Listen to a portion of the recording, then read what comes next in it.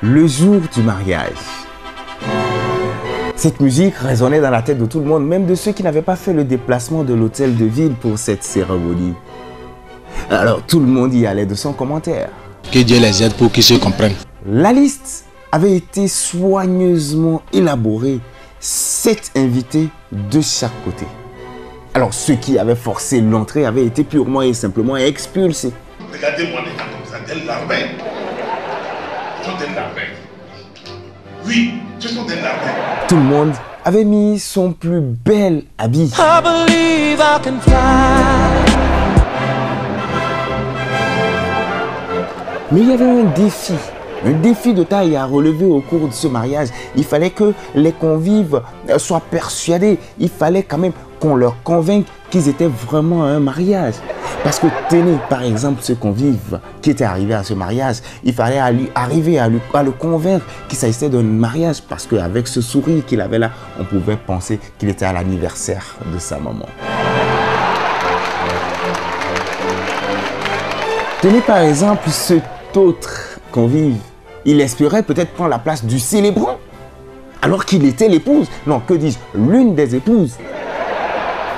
Sinon, l'épouse la plus ancienne ou la plus populaire. Parce que la nouvelle épouse ou la nouvelle prétendante qui est arrivée il n'y a pas longtemps a pris la clé des champs parce qu'elle craignait pour sa sécurité. Parce qu'il semble que la famille de l'époux ne l'aimait pas trop. Encore moins les autres prétendantes. Alors, pour sa sécurité, elle a pris la clé des champs. Mais toujours est-il qu'elle n'est pas arrivée au mariage le jour-là. Une guerre s'était alors déclenchée au sein donc de cette famille des prétendantes. Les prétendantes qui avaient réussi déjà à avoir le slip des autres prétendantes exposaient ou décrivaient ces slips devant la place publique pour les déstabiliser. C'était de bonne guerre. On interdit que quand quelqu'un a le sida, si tu as le sida et tu distribues, comme Adama qui distribue, il n'a qu'à faire attention. On va sortir des affiches géantes dans ce pays avec leur nom et leur photo dessus. Même après, c'est ça de dire quoi? La tension était tellement montée, si bien que le célébrant qui avait été choisi exprès, parce qu'il était un étranger, parce qu'il ne comprenait pas forcément, a priori, la langue locale, pour qu'il ne puisse pas entendre ce qui se disait dans les couloirs ou pour qu'il ne puisse pas se faire entendre, avait surpris tout le monde parce qu'il parlait notre langue.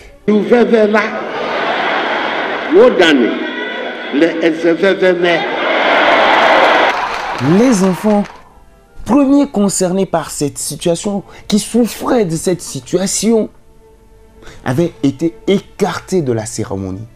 Que les partis politiques pensent au peuple. Et il faut vraiment qu'on soit ensemble, qu'on parle.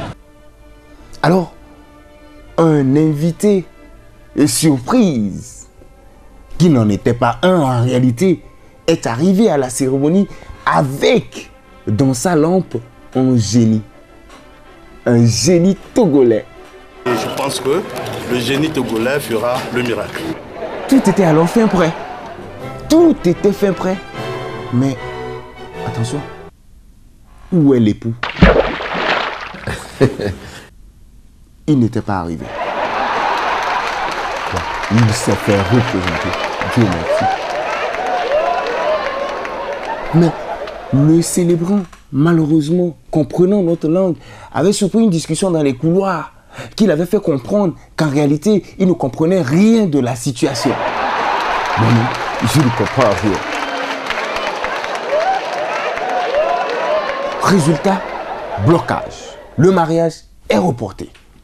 Mais le seul point positif de cette cérémonie reste ce convive qui, grâce à une combinaison de plaques de taxi-moto, a permis à un villageois de gagner à la loterie. Tout seul. Comme quoi, à quelque chose, malheur est malheur. Bonsoir, c'est vous. On se voit là-bas.